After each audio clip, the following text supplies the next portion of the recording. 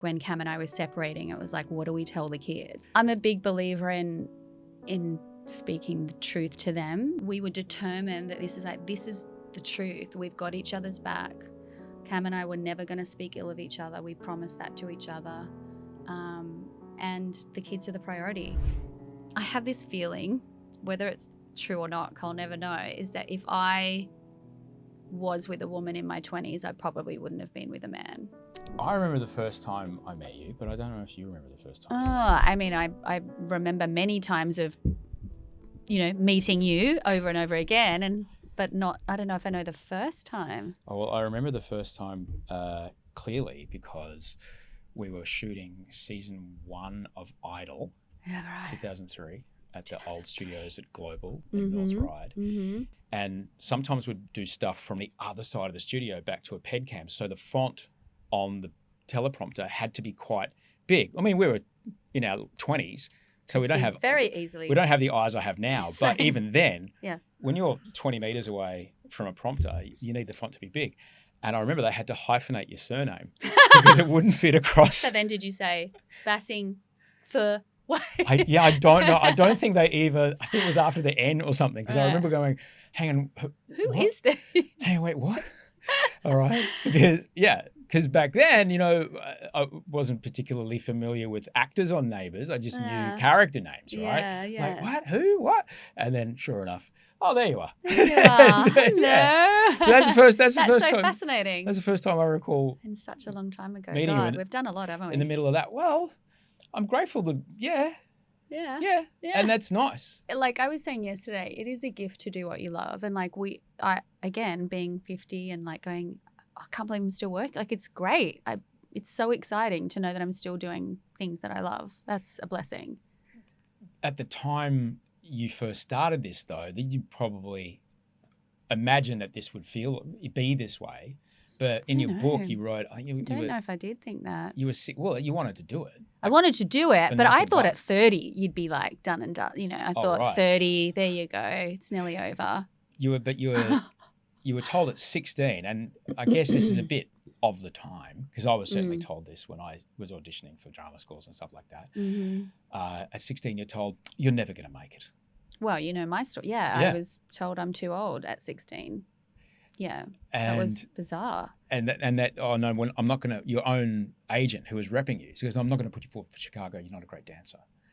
Like, what So I think it was about 7 years, I think, that you got told no. I just want to talk about that for a little bit, because that's really, really hard. You're clearly dedicating yourself to this. Your folks are behind you, because dance lessons aren't free and singing lessons aren't free. Like, so your folks are behind you, like she loves this, this is all she wants to do. And as a parent, like, is my kid engaged with it? Yes. Are they down the mall smoking a vape and talking to a bloke with neck tattoos? No. Great. I'm driving her. Let's go. Yeah. All right. You do whatever keeps your kid engaged and with friends, right? Yeah. So what would you say to somebody, whether they be a teenager or whether they be, another stage of life, who is in that space of knowing this is it, this is a thing, but struggling to get traction, and it doesn't seem to be a pathway away from the no zone?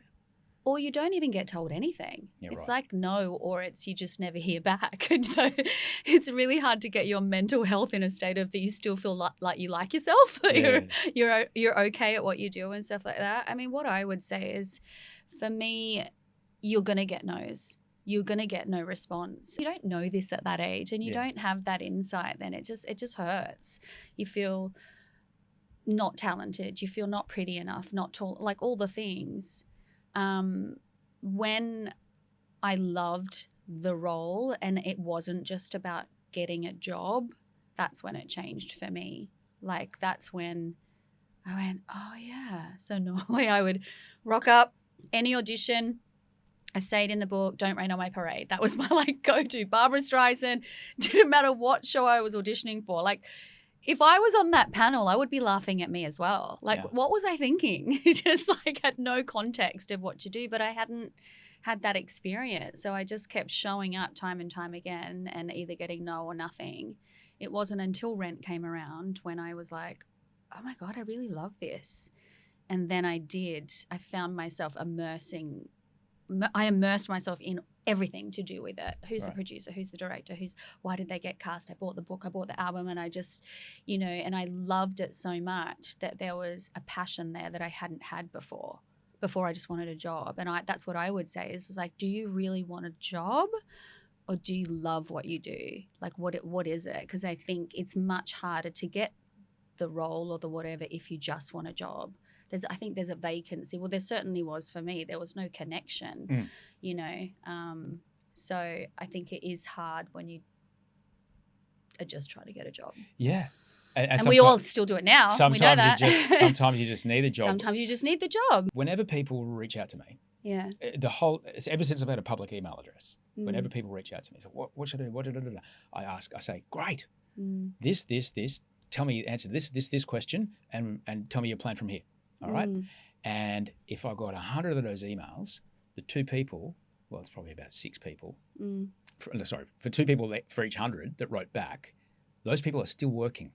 Yeah. Right now. The ones that asked the questions. Yes. Yeah. Because they just wanted to do it. They didn't care where. They didn't care what it looked like. They just wanted to do it. You need the opportunities, even if you're just doing it for free. But you need it. But you got to have the real fire and the real passion. Yeah. If you don't have that, I think the answer will always be no. We'd see that on Idol, right? And I yes, remember that's talking what to you were people saying, when the doors would open, they'd come out like, oh, I'm not going to Sydney. And I'd been by the monitor and I'd heard their audition. And after, this is like ancient reality. So before season 1, we didn't have on-set psychs for the first part. Yeah, wow. We got them for the live part, which is another story. But so we would debrief with them, and the producers would debrief with them, because you don't want to leave someone, going home upset. Yeah. And you'd try to explain, like, there's a difference between hitting the notes perfectly. Yeah, that's not what it's about at all. And really singing a song. All right. Like, what are you saying? Yes. Why are you here? What is this person doing? Like, it's the whole character development and like all of that. It was so fascinating to see that on X Factor and go, oh, yeah, I can see who really wants it too much. Oh yeah. Who is too cocky. Like it's so obvious where everyone's at. Some people were too cool, some people like. But again, you don't know that until later. But it sticks out. At the time, you just stand on the mark. Like, I think I probably even just stood like this and went, don't tell me not to. And I had no, like, do I move? Do I say, like, I had no knowledge of what to do. Yeah. Well, we don't really have the musical theatre culture that you can't really go and see 3 shows a weekend at the West End, or go to Broadway and watch all the hits that are still playing and go, oh right. But I almost separated like auditioning, and they are different skills. Auditioning is a very different skill to actually the job. Yeah. But it's whether it sticks out in performance. It's very obvious to see if someone's dancing or singing or acting. But it's the same if you're interviewing for a job. It's the same thing. Like, if you're here for the paycheck and the car park and the clout, no. If you're here because what we do is we help people get better home loans so they can have a great time with their families, and you're connected to, I just want families to have a great time together and that they don't have the stress of their home loan. I'm here to help families. Tell. Who are you going to hire? Yeah.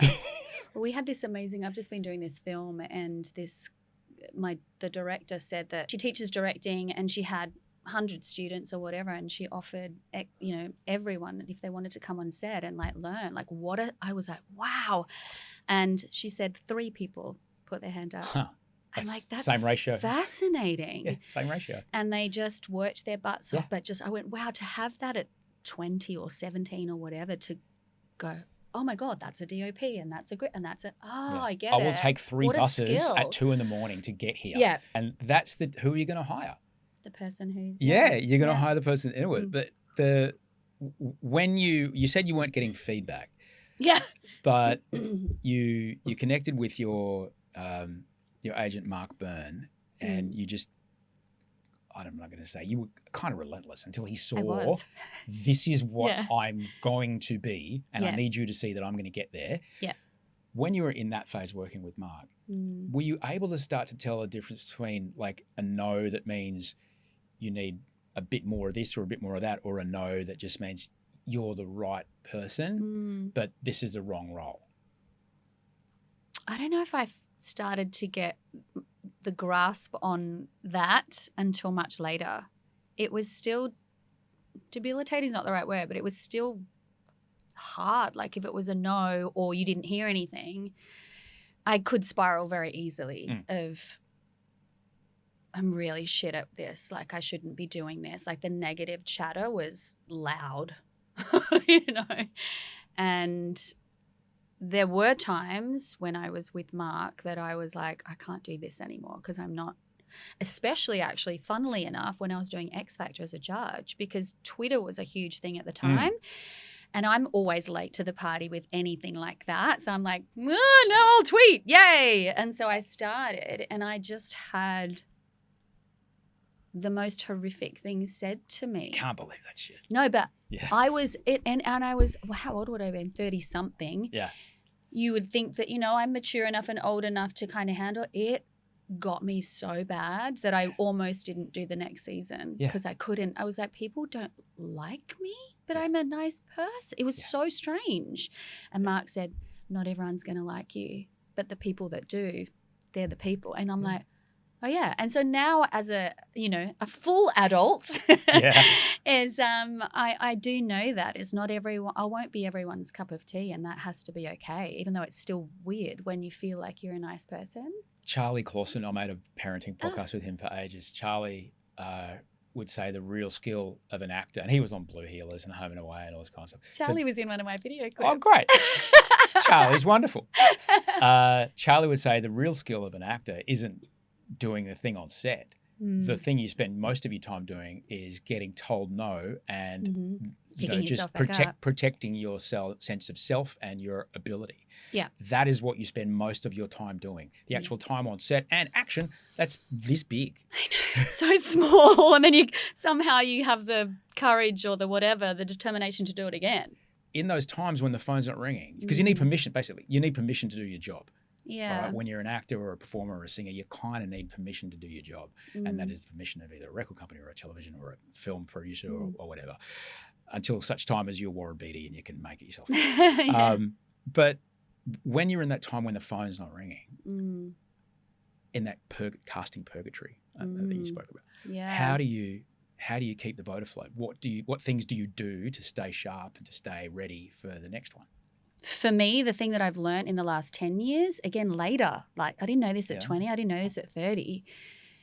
Meditation is just, and I was like, I don't know how to meditate. My brain is too busy. Like I cannot quieten it down. And my gorgeous friend and pocket angel in the book, Lisi. She's upstairs right now. She's upstairs right now. I haven't seen her for ages. So we're like trying to hang out. She was like, I was going into the jungle. I'm a celebrity, get me out of here. And I didn't want to do the show.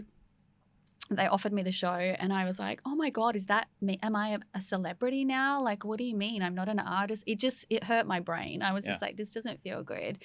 But, you know, they doubled the money and I went, fuck, need the money. All right, let's go. You know, got to pay the bills. Everyone's got a price. Yeah, exactly. And she was like, you're going to have to learn how to meditate. And I'm like, babe.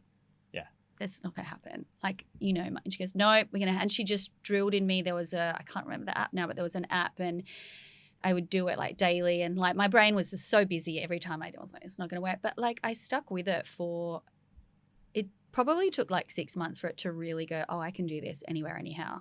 Honestly, it wasn't, because a lot of people go, oh, it's so hard. I can't do it. I'm like, I couldn't do it.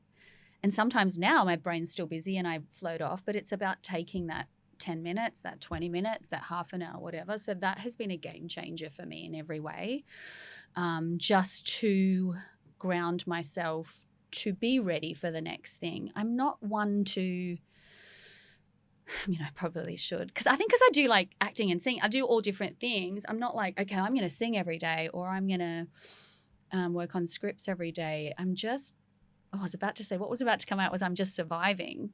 Because at times I feel like I'm just surviving. You're just thinking about how to pay the bills for the next thing. And then the next thing comes up and then it's the next thing, you know. So I don't know if I really have moments of like, let's prep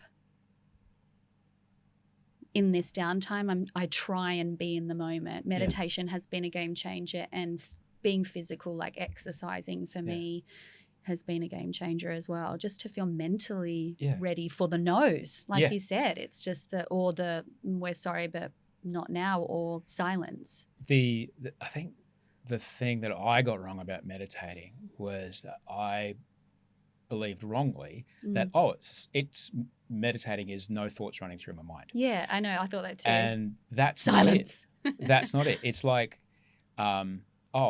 lifting weights is the final moment where I've got the bar at a rep. At the final moment, we're at the end of range, and I've got notice I'm doing bicep curls because curls get the goals. Like, when I'm lifting the weights, like, no. Yeah, that's Lifting not weights is moving against the resistance and then bringing it back. Yeah. And meditation is the rep is bringing it back. It's just allowing yourself to have those moments. Yeah. And a lot of people think too, I have to sit like this and do this. And I'm like, no. You could go for a walk and just be present and be in that moment and get out of your own way, get out of negative thoughts is what meditation is for me. And training your brain to notice, noticing the thoughts. That is really what you're training your brain to do. So when it comes time, the phone hasn't rung, I'm a terrible TV presenter, no one's going to hire me, I'm too old for this, I should get a real estate license or maybe a celibate license. We know this story. Oh, isn't that interesting? Yeah. Look at my brain going off on that little adventure by itself. Yeah. I'm going to keep prepping for this Natalie interview. But you think, both you and myself have been pretty lucky in this industry. Like, oh, yeah. And it's still hard. Yeah. Being pretty lucky and having some great gigs. Do you know how you stay lucky? You work your fucking ass off. Yeah, I know. That's how you stay lucky. It's not like, so you get thrown everything. It's like, babe, I still audition for everything. Like, I'm like, can you just give me the job? This would be really nice. Like, clearly I've done this theatre show, I've done this TV. Like, come on already. But no, I still do. And in a way, so part of me is like, really? Like, I get really frustrated, but then I'm like, well, at least if you get the job, you've got it because you're the right person for it. I was thinking, she's recently passed away, unfortunately, Catherine O'Hara. No. I'm what's known as offer only. I want to be Catherine O'Hara and I want to be offer only. Moira, when she's living in a motel. If you haven't seen Schitt's Creek, it's just an exemplar. And again, perfect. They didn't wait for them to knock on the door. David Thingo wrote the show because he wanted to work with his dad, and he wrote the show, these two characters, and he based the show on the two of them, and the two of them worked together, and they made how many seasons? And it was a fucking giant hit. But he did it on spec. He didn't wait for the bell to ring. You can't. He walked in the door and said, I'm solving a problem for you with this thing that I've made. Here's a full season arc and here's 2 episodes were written. Let's go. Another example would be Scott Ryan, Mr. In Between. Can't get hired. I mean, look at him. He's not a leading man. Yeah. So what am I going to do? I know. And he wrote a short film about a hitman who's co-parents. It's a really good show. Is it amazing? Yeah, it's incredible. I recently rewatched it again, and it is so good. It's such a, you know what I love? It's a purely and sensationally Australian and Sydney show. You never see the water. You see the water in one scene when he's talking with his mate at Maroubra, and you see the water in the background of that shot. And that's the sign of a great piece. Yeah. But that's the only time you see the water. You never see the harbour bridge. You never see nothing. Like when he's doing all the dog park stuff at Maroubra, you don't even see the ocean. You don't even know he's near the ocean. And it's just this love letter to the red brick blue mountains-y kind of slightly scummy parts of Sydney. Real Australia. It's great. Yeah. Oh, if you haven't watched it, it's very clever. It's so good. A big part of you mentioned almost walking away from X Factor. Yeah. A big part of this job, and people may, they may understand it in their own jobs as well, but just because you're in the job doesn't mean you should stay in the job. Correct. And it might look from the outside, what are you leaving with? You don't quit a hit. What are you walking away for? And like, I don't have time to explain it, but,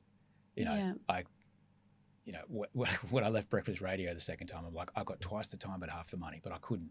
Yeah, but life is life. My heart wasn't in it. And if your heart's not in it, it starts to get bad for everyone. So I knew to go. You walked away. You built a clothing label, this gigantic clothing label. You built it to like the most. You got photos of the most famous people's kids in the world wearing this stuff. Yeah. And you walked away from it. What would you say to people about walking away from something which on the outside looks like, what are you doing? It was terrible. It was scary, honestly, because it was sucking every bit of my soul, that business, I think as a creative person, I loved being the creator of it, but the business stuff, and like I've got a good business brain too, but I mean like logistics, warehousing, like stock and inventory. I'm like, I don't want it. I don't want my life, and I don't want my life to become that, and it became that. Well, we had boxes of, clothes in the hallway, and then we were packing ourselves and shipping ourselves, and then you get screwed over by someone, and I'm like, this is a lot, and it came about at the right time after my manager had passed, and so I I avoided grief and went, oh, well, I've got this, so I'm just going to... Everything will be just fine. I'll be great. If I chuck on keep that. working, keep working, yeah. the thoughts can't get in. I know. And I was so scared to admit that I couldn't do it anymore. One, because of ego, for sure. Like, oh my God, then I'll be a failure. Shit, what's everyone going to say? Yeah. But two, I think for people who jump in and do something big but know deep down enough's enough, trust that gut, because when enough's enough, that's the right time. I kind of held on to it a bit too long, I won't lie, but at the same time, when it was eventually enough's enough, I had processed a lot more of, you know what, I was trying desperately to hold on to it, because when my manager passed, I thought, who am I without this man? He was there from the beginning, 16 years. Like, I didn't think I could sing. I didn't think I could act. I didn't think I was a good, like, everything was like, my whole self-esteem was gone. And the business gave me a sense of self that, oh, look what I did.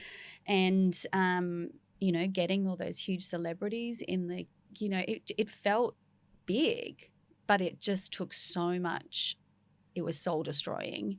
And we tried to sell it, and people were trying to rip us off, and lots of things went wrong in the end to go, you know what did I get out of this? I got out of it that I know I could have kept going, and it probably would have destroyed my family in a way that, even though my family's very different now, it would have looked even harder, I think. Or I think I ended up being proud of myself to be able to get to the point of like, yeah, I think this is it. You go, we've lost the money, take a big breath and go, it's just money. And almost instantly when it was done and dusted, and we had to leave $50,000 of fabric overseas, and we're just like, I can't worry about it anymore. Having to come up with $200,000 or $300,000 every quarter, I'm like, I don't have that money anymore. Like, you don't have the big TV show at this point now. So then scrambling to find that again. It felt like a relief, and my life came back like almost instantly. It was, the first bit was completely covered up, like no grief, don't want to think about grief. And then during it, another friend of mine passed away, committed suicide, and life was almost having her and him within a year passing away. You kind of question, like, what am I doing all this for? What is all this about? Apparently we've got one life. Don't know if I believe that, but we're here right now. And this is stripping us of our souls. We're yet to get really conclusive proof. I mean, as much as Tibetan kids can identify hairbrushes, we're yet to get really conclusive proof that. I think we come back. But anyway, that's just me. Let me know. I'll let you know. Okay. Let me know. But right now we're here. It's 4,000 weeks. I'm beyond the halftime point. All right. I've already had the halftime show, and we're in the last two quarters of the game. Yeah. It's important to when enough's enough to really honor it and know it. And we talked about celeb, like everyone's got a price, but it also works in reverse. And sometimes when I do corporate stuff and I talk about mental health in the workplace, especially like people who are like can't get a big enough capital C in front of their title, right? And the corner office can't get any more corner. Like, there's no salary package that is big enough that will replace you being there for your kid to help them through when they're dealing with a bully at school when they're 7. All right. No, it's not worth it. And their faces go, oh, like, yeah, man, like you couldn't pay anybody else to be there. Yep. What price what is that worth to you? I was finding that. I was like, in a minute. I can't, like, because it's 24 hours a day, because you're dealing with people overseas, and it did take its toll. Yeah. And you have to go, it's just money at the end of the day. You win some, you lose some, and it can be scary, but it felt like I knew when the right time eventually. Yeah, and look, probably should have been a year before, or 2 years before. So often we got there in the end. So often we take credit, like you mentioned luck before. We take credit for successes that luck played a huge factor in. Yeah. But we take the blame for things that don't work out that luck played a huge factor in. Yeah. Like, did we do everything we could? Did I operate with integrity the best I could with everybody? Yes. Yeah. Okay. I mean, we paid everyone back. No one was out of, it. It was just like, here it is. This is the end. You didn't have to move to Darwin and call yourself Jenny. And that's still time to do that. I've been on the road in both Darwin and Hobart, Lonnie, particularly in Launceston, actually, because it's the second city there. Yeah. Where you ask, hey, what's your name? And they pause for a second before they go, Matthew. Okay. Yeah, some shit went down on the mainland, and like Darwin particularly, everyone's called John, and I'm pretty sure there's one-way Jetstar ticket that got him there in a hurry. Everyone else is down south. You talked about just then. You mentioned the working relationship you had with your manager, Mark, and like for people who have never been in that kind of working relationship, could you kind of describe a bit what that relationship does for a performer and why that role is so important in your life? It's that, Mark to me was, he was my mentor. He was my father figure. He was like a brother. He was that constant for me. Probably the one that kept telling me I was great, when I didn't feel like I was great, or we dreamt together. We would dream up, let's do this or let's do that. We had each other's back no matter what. And then when that goes, it's so empty, because I didn't know who I was without him. It had been unhealthily codependent is what I've later learned to realize. But at the time I didn't know that. Yeah. At the time. That can happen in work relationships. It was just us. And even when I had relationship outside of the relationship with Mark as my manager, he was still the person that I went to. So even when I got married, it was still Mark. Cam would have great suggestions and I'd be like, but Mark knows best almost, without saying it. It was still him. Yeah. Yeah, really unhealthy. And you talked about, how did you refer to it? Like it was like the way that you lost him was like a true crime level of like how sudden it was. It was really sudden, but it was also bizarre. Like he was not himself for a while. And Cam kept saying, you need to leave. And I was like, I never will. It was almost like, it was so till death do us part. It almost felt like I had that with him. And like, unless, the worst thing happened, I'm going to stick by him. Like at one point in our like work relationship, he had an explosive night where he just yelled at me and told me to get out of his life and don't talk to him. And like, I'm a horrible person. And it was so out of character. Dear. And I'd seen him have little outbursts with other people, but never me. Like I was his like golden child, like probably his other clients were like, oh my God, it's always about Natalie, It was so weird. And I remembered like I was in tears, and I did a few months without him and felt completely at sea. Did you ask if he was okay? Like was there any space I for kept that? trying to, but he would just yell at me and tell me to go away. And so he was obviously having stuff. Really hard. But it was really scary as well. Really like hard. That anger was very scary. And I love this man. I still love this man, but it was strange. And I kept saying, I don't understand. This doesn't make any sense. And he just would keep shutting me down. So I didn't really speak to him for a few months. And then I would just text and say, I don't believe this is, what's going on. And eventually we, got back together and he said to me before he died, many times actually, no one's ever done that for me. That they stayed around even after I gave them that. Like I was the one that went, no, I don't buy this. I don't know what this is, but I don't buy it.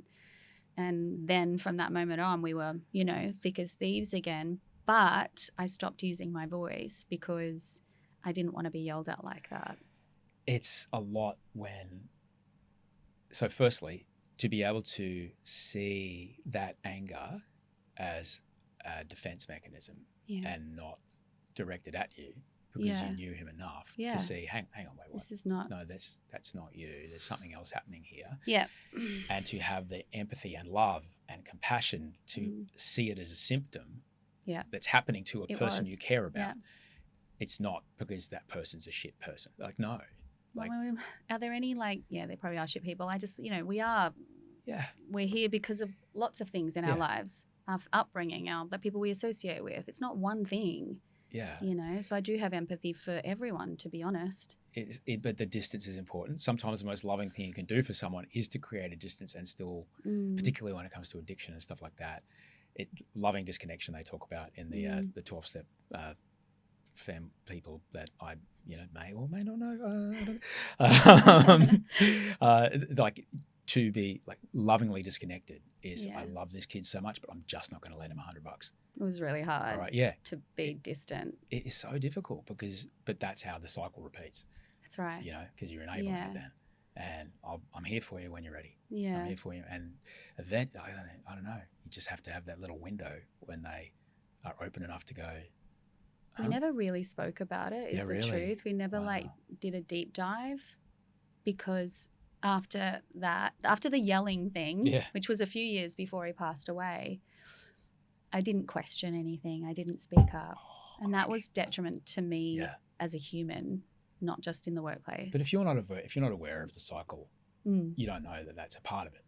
Yeah. Yeah. No. You I didn't even know exactly the details of the last few years for him, and I thought we were so close. Yeah, right. I know that he was struggling with certain things and he wasn't well, and there were stories going around here, there and everywhere, and I just wanted to be there for him wholly and solely, but it was very challenging. And as someone who sought help early in your life, or you right into that, it's like 99, 98, 99, you sought help. You're like, what was going on for you then? When, let me just quickly say, as someone who sought help and goes, oh shit, it's a simple conversation.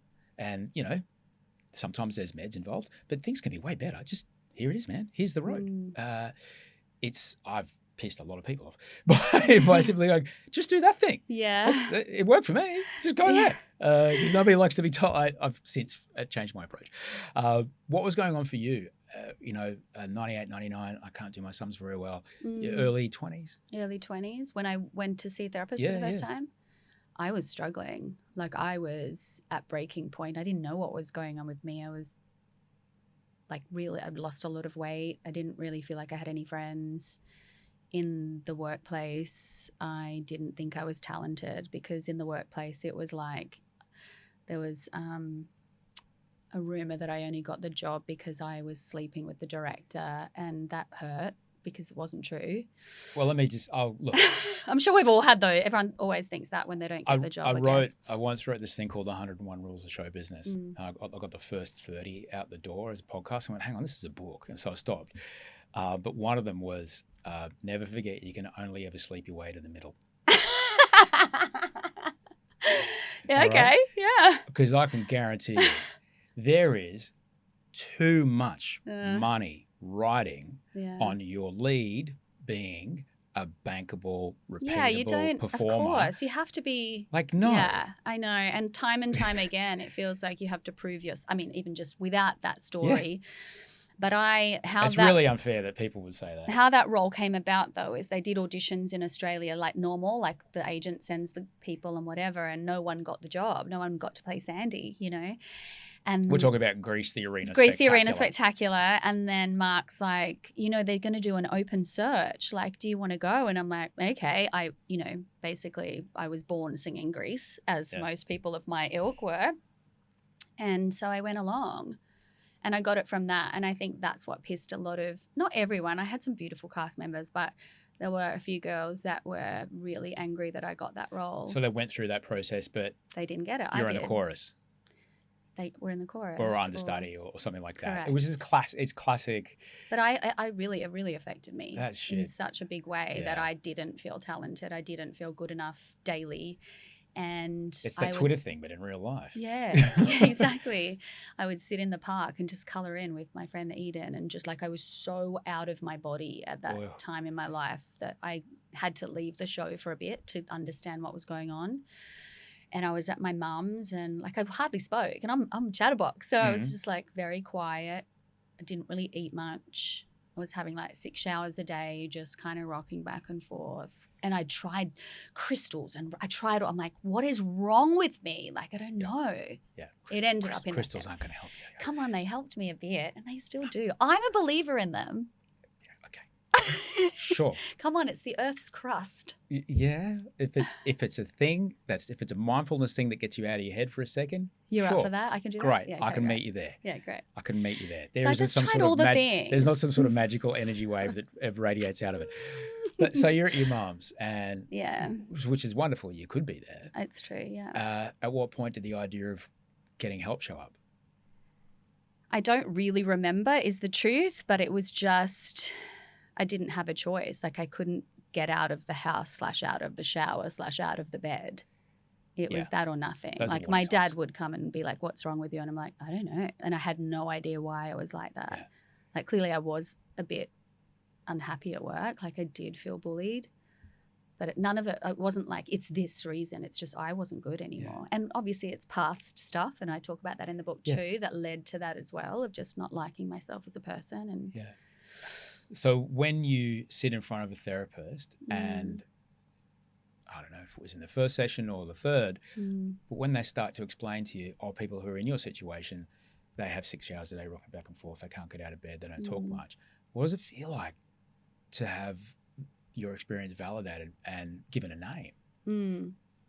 I mean, I don't know how I felt at the time because I think I was still just so out of my body, but I still do therapy now. I think it's just one of the best things that I do for myself. Do you go to the gym to stay fit? Yes. Should you go to therapy? Yeah, all the time. Yes. It's the same thing, It is the same thing. Yeah. And it's been beneficial. Like I've got a therapist that's just for me. And then I've got a therapist that deals with like the family unit of like my, the OG family, my kids. Like I've got like, they're all on speed dial. Like, are you available? You've got to collect the whole set. You do. Different ones are good at different things. And you move between them when you've got a set of tools that'll get you through this little bit. You're like, you know what, I think we're good here. Yeah. And then a couple of years go by, whatever, another kid shows up, whatever. Oh, hang on, I'm out of depth here. Yeah. This is showing up. Who's good at that? This person. Let's go chat there. So it did feel good to have a name, although it was embarrassing because at the time, depression or anxiety was like, you're crazy if you have that. Yeah. And let's be honest, I'm a tiny bit crazy. Like there is definitely some of that in me, but it felt like I was a monster by having you got the title and you felt kind of good and justified that you weren't the only human on the planet feeling these things or going through these things. But at the same time, you're like, but anyone who talks about mental health is a freak. That it wasn't spoken about then, medication was like you only have that if you're like in a psych ward, you know, like it's just it didn't feel good. I remember that. And good on you for saying yes, because I was first offered antidepressants in 99. Yeah, well, being similar timing probably or a bit later. I was 25 and I'm good. I didn't want to take them because I didn't want to be the kind of person that needed to take them. Of course. It was self-stigma. People ask me sometimes about stigma. I didn't give a shit what anyone else thinks. Oh, you were worried about yourself. I was the one that didn't want to be the kind of person that needed to have this stuff. And 7 terrible years folled before I'm eventually clawing down the door going, give me everything. give me something, please. Yeah. And it definitely, it was, people don't know this either. A relative of mine had to go on antidepressants in the last probably 10 years and I was helping them through that. Because what people don't know, if they need to go on something for their mental health, and I don't know about you, but I didn't like it for the first month. It takes a while to anybody, but I felt off my head and it was scary. I'm like, is this going to be my new normal? Am I going to be like that? Like it felt worse than what the depression and anxiety felt. Can be. But then once it plateaued, oh my God, I didn't feel high. I felt normal, whatever that's supposed to, I just felt like myself again. And that was just the biggest blessing. Yeah. Yeah. But they don't do the job by themselves. There's work you need to do. Of course. And I hate that as well, where people are like, I'm just going to take the tablet. Like, you still have to do your other stuff. Yeah. Like that's the reality. Yeah. It's not one and done. No. The meds, I don't know. It's like if you're playing Mario Kart, right? Mm. The meds, they give you that little extra power up, right? You still have to steer. That's you true. still have to drive great. You still have to time when you're going to throw the shells at things. Yeah. You don't just suddenly win the race. Well, I think I did make a bit of a mistake there, is that I took the tablets. This is early on when I was 20 or whatever, how old I was, 21 too. And it did start working. And so then I didn't keep the therapy up, and then I didn't do all the other work. The classic. Yeah. So I did. Yeah. I've had that world. Yeah. I don't do that now. Now I do all the things. Yeah. Yeah. But unfortunately though, in my experience, you kind of have to have that moment. You have to have that moment of like, because I did the classic. It's like, oh, my doctor told me to take these only when I needed them. If I don't take them, I don't need them. Oh my God, I did that too. I'm a genius. I'm clear. I'm so good now. And how good is my health? I'm so happy and terrible idea. Never stop taking your meds without guidance. No, it's not a good idea. No, I've it's done not that. a good idea. So what would you say to people about being on meds for a period of time and about the stigma of if they have any stigma about needing medication or something like that? I think, what they said to me at the time is, if you have a heart problem, you take heart medication. If you have a broken arm, you put a thing on it. If your brain is not functioning at the right speed, space, time, you do something about it. Why would you not do something about it? The hardest thing is finding the right amount, the right one, the right whatever. But if it helps you function, take it, would be my, I always go, try the alternate route first. But if it's not working, don't be ashamed to take it and then do the other stuff with it, and then I think that's when you get the best out of all of it yourself. If you're exercising as well, you can double or triple the effects of these things. Yeah. If you're doing some sort of community engagement, there's all kinds of things. If you're doing writing, if you're doing, it just, anything. It multiplies all the effect of all of that stuff. It's important to remember that this isn't permanent. All right, because that's the trick. That's again back to the meditation. That's what the meditation can help you with, because our brains, when a particular height of arousal shows up, we can trick ourselves to believing this is how it's going to be forever. So therefore, I have to make a decision about this feeling because I don't want the rest of my life to be like this. Well, it won't be, but you can't see that time scale in that moment. So just being around that, going, okay, I'm going to check 5 minutes from now. See if it feels like this. God, that's so true. It is. The impermanence is a really important thing to remember. That entropy comes through everything. Yeah. We were young people. What do you mean? We're so young and vibrant. We were very young. I was blonde. I could afford to be blonde. I can't afford to be blonde anymore. We were young people and everything. My skin was, you could bounce a quarter off my butt. Like it was, 20-cent piece. Don't you wish though that we appreciated it? I didn't appreciate it then. Absolutely. Did you? I was just like, God, that looked good. And this is why. Why didn't I love myself so much more? I'm kind of grateful that there's cameras on phones now. Because, she's 22 now, but she was 16. She'd be like, oh, can you keep an eye on it? I've got an outfit coming. I've just got to sign for it today. Yeah, sure. No worries. I'm home. She'd be at school. All right. Ding dong. And there's a guy there with an envelope. I said afterwards, yeah, Georgia, you said that an outfit came? Yeah, that's it. It's a bathing suit. Okay. Yep. All right. Mm-hmm. It's the fine line, right? Because my daughter is gorgeous. She's nearly 16, taller than me, which, is not that hard, but beautiful looking, very charismatic, and gets the little things with the bikinis in them. I'm like, but then I'm like, you know what? She has body confidence. Let her milk it. But then I'm also the parent but put some clothes on. Yeah, I know. Just keeping up communication as well. I'm loving the ages of my kids right now. Just being able to talk to them about anything, and you can be a bit cheekier with, what you say, and vice versa. And it's like parenting, but with this added warmth friendship that is building and growing into some new space. I love it. And the relationship you have with your kids is, that's really underscored when you describe in the book the conversation you had about, this is what's happening with mum and dad. It wouldn't have gone down that way had you not, had all those years beforehand. Yeah. What would you say to people about having a conversation with a difficult conversation with your kids. I'm sure there was a party that was like, I don't want to tell them anything. Of course, definitely. Like you want to protect your children at all costs, right? So there's that. But then there's the like, if you lie to your children, that's forever. Don't lie to your children. They're too smart for that shit. I'm a big believer in speaking the truth to them. Yeah. But also being cautious because they're different ages. And a lot of the time when I have spoken to them, I get advice from my therapist. Like, how do I approach this topic with them? Yeah. Like when Cam and I were separating, it was like, what do we tell the kids? Like, what do we and don't we say? You know, Harper was older, so she was a lot more aware of what was going on. Hendrix, no clue, just, you know, young and life's great sort of thing. And the thing with him was just to be more cautious because he is younger and he won't really understand the complexities of it. So it's not lying, it's not hiding. If ever he asks any questions, I tell him 100% the truth. But it's also not in an age appropriate way, yeah. Definitely. But I think it's important just to keep saying the truth and listening to them and what they want to ask questions and answer. Yeah, in the age appropriate way. Yeah, like it's very different circumstances, but I can remember word for word when my parents told us they were breaking up.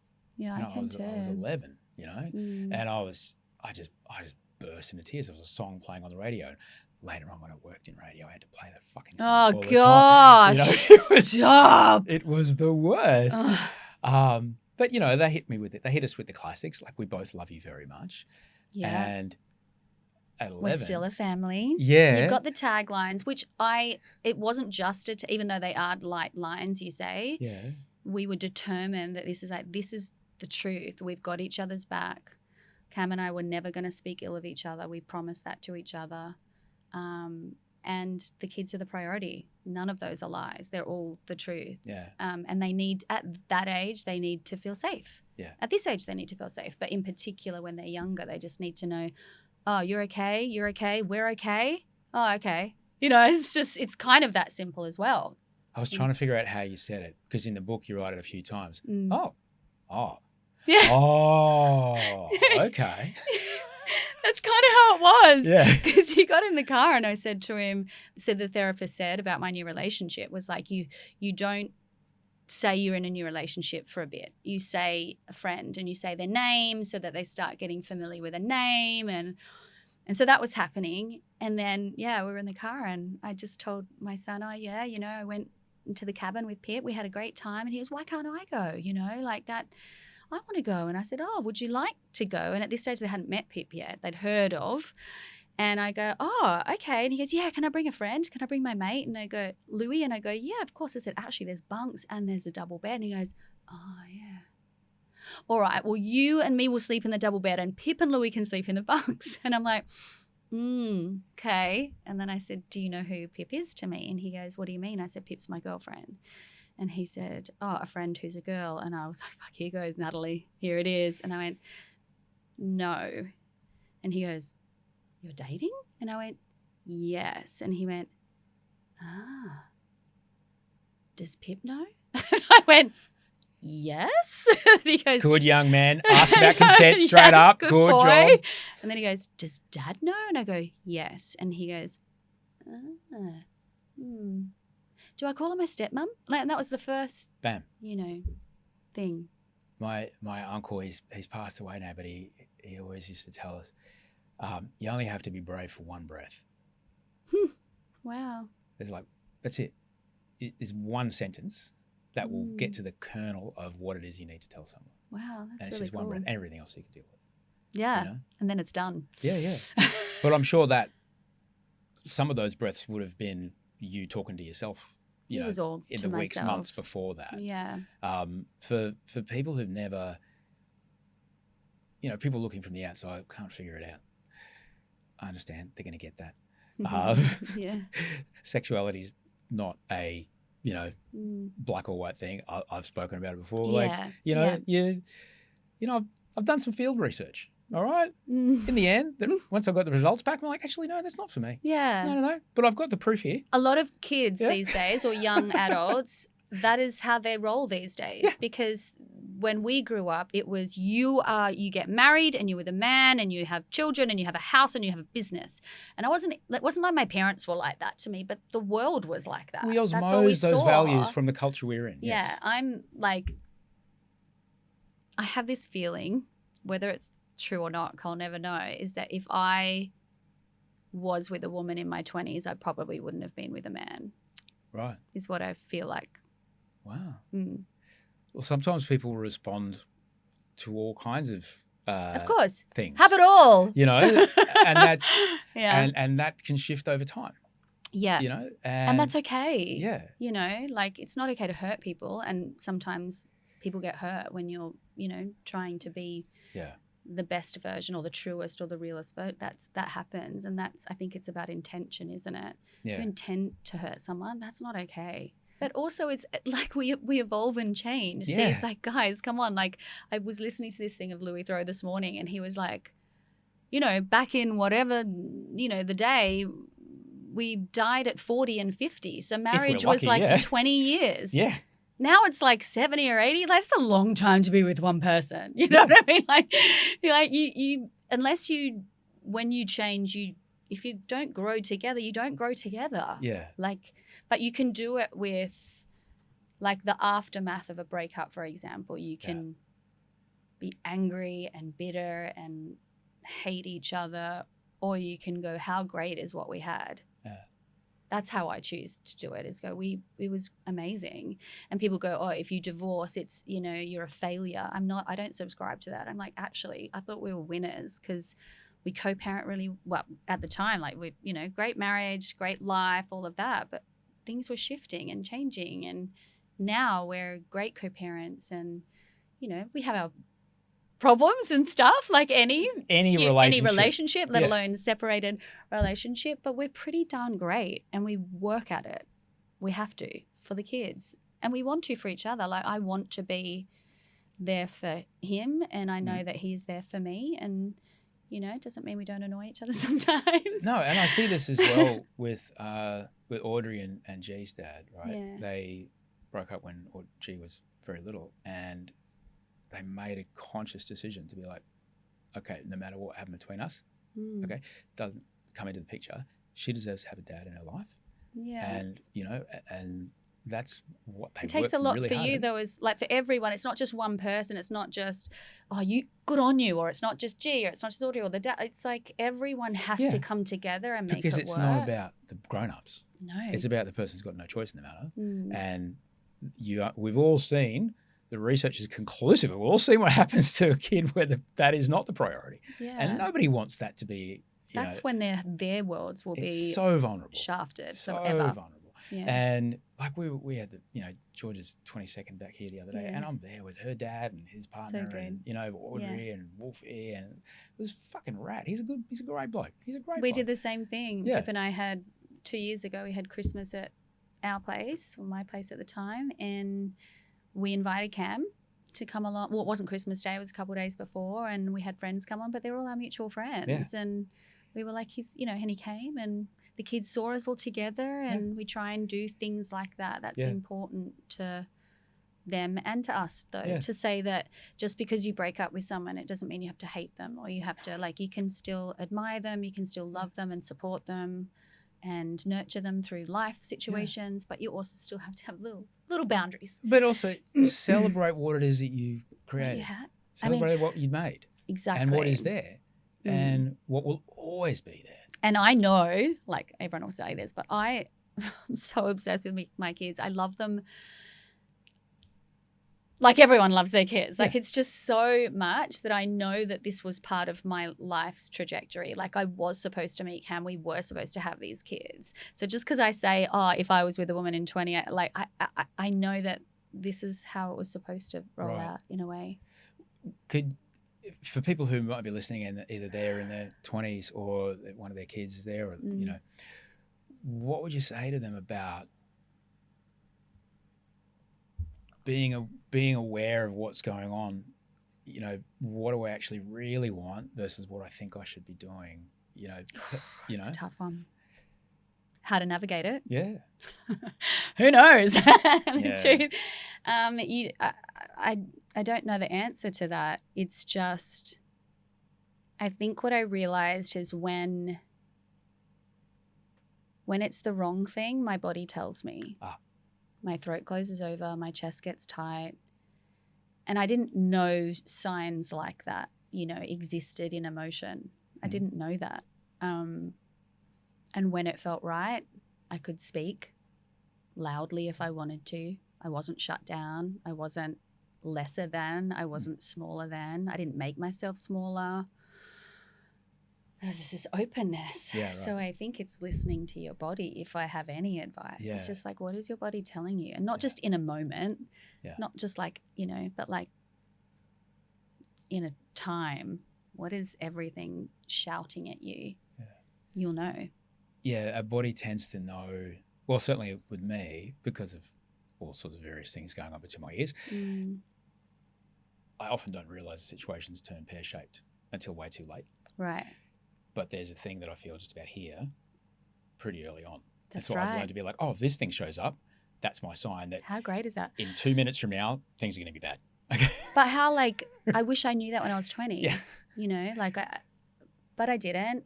And the good thing about knowing all these things now is we can talk to our children about it and they can be aware of, you know, my son's already had quite a few anxieties a couple of years ago, and we took him to see someone and she's teaching him breath work and tapping. And I'm like, God, imagine knowing all of that when we were 20 or younger, you know, and he's now 13, nearly 13. So it was like 2 years ago.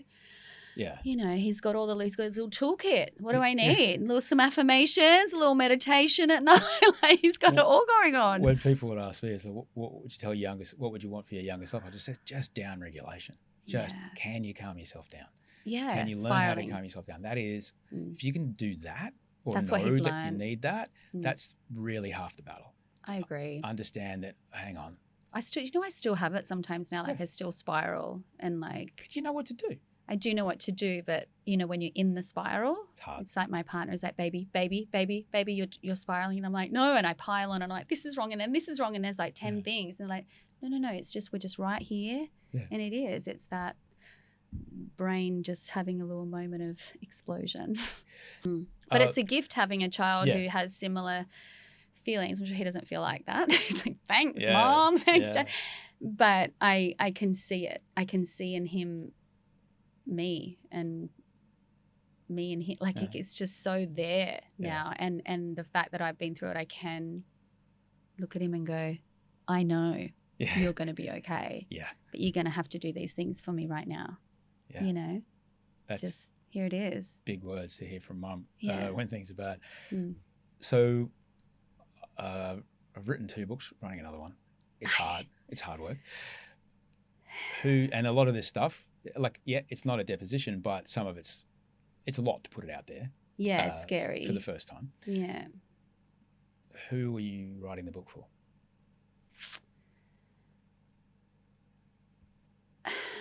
Definitely me. But a lot of it felt like women, to be honest. Like just, and it's not excluding men, but I have 3 sisters and it's like that sisterhood kind of thing. But I think, like, I was asked to write it a few years before and I was like, God, no, I don't want anyone knowing my deepest and darkest secrets. And I'm not one to kind of just sugarcoat it or half tell it. I'm like, what's the point? But I think there were things that I was grappling with that I felt shame and blame and guilt. And I was like, I don't think I'm brave enough to say those things. Like I wasn't sure I was ready for what people would say about me, knowing how my mental health is when someone says something just minor not nice about me. Yeah. But what I started to realize, especially with social media, and I do this as well, I have done this, is we all put up stuff that's amazing and we're so beautiful and glamorous and how rich are we all and how like amazing is my life. And I'm like, what a load of shit. Like it's just a load of shit. Like, yes, it's nice to post some beautiful things sometimes, but I think people are getting this wrong conclusion about how they need to be in their lives. And that was pissing me off, made me angry. You know, like, oh, they're so perfect, they're so this. I'm like, actually, they're not. Oh, you're so natural. I'm like, babe, I've had so much shit done to my face. Like, I'll do whatever is available. Like, have you got, what other laser treatment do you have? You know, it's like, you're so natural. I'm like, yeah, sure, great, love that for me. But we all do stuff, you know, and I think I was over it. And I also felt comfortable in my own skin for the first time, I think, in my life. Is the truth. If not, I think ever, is that I just felt like it's okay to fuck up. It's okay to have regrets. It's okay for all of those things. What isn't okay is if you stay there. I wanted to forgive myself and forgive others and just you know, by writing it down. Yeah. You know this. Useful. Whoo! I mean, there were tears. There was lots of tears. Yeah, there was lots of, I can't do this. There was lots of, you know, I'd written 30,000 words and I'm like, oh, I'm stuck. I got to some heavy stuff and I was like, I can't write it with that openness that I was writing everything else. It was just kind of factual. And I was like, oh, this doesn't feel good, you know? Yeah. But then when you do it and it's done, that relief and that release. I mean, it's not, this is the thing, I've just started to like promote it. So I'm like, God, I've been sitting with it for a while, but now people are going to know. Well, yeah, the thing is why does anybody buy a book like this? Well, they're familiar with you, but they kind of also want to know that someone else has gone through something they've been through. I hope so, because we all have. Like, I used to hate when people go, oh my God, they're just getting this person on X Factor because they've got a story. I'm like, everyone has a story. Yeah. Everyone has 10 stories that they could, you know, lay on the table right here and right now. That's the truth of people's lives. People's lives aren't that perfect bubble. Everyone's got something. Yeah. And non-scripted television relies on a backstory. Otherwise, Which we all need. You're not enrolled. Exactly. You're not enrolled. If you're too perfect, then sorry, you cannot apply. If we're going to the break and you're just stepping out on stage and we've just seen 3.5 minutes of you singing on a tractor, pretty sure you're either about to learn that someone in your life has got leukemia. Don't laugh at you. Yeah, there's a story. There's always because you've got 8 episodes to get you really giving a shit about Callum from fucking wherever. You want to care about the person, and that's why. But you could say that to anybody on the street. Everybody has that story. I could pick up 10 people and go, tell me the hardest thing that's ever happened to you. And I bet you could write a show just with those 10 random people. Everyone's got a story. Yeah. Everyone has had that moment. Everyone has had that hero's journey, but I don't know, for whatever reason, people don't believe that there's this. No, it's there. Yeah. And everything's relative. Yeah. So, we've all got a story. And I'm sure. I felt like sharing was a big part of it, of like being okay to say, I'm not perfect, guys. You might think that my life and my story and my everything is perfect. It's far from the truth. Yeah. You know, and I think that was a big part of it too, but also just to get it out and be, I'm okay being me now. The stuff in the book about, it just stands on its own. The stuff about the way that you and Cam handled the transition from being married to what you are now, like that is just such a great example because people may not realize it can happen.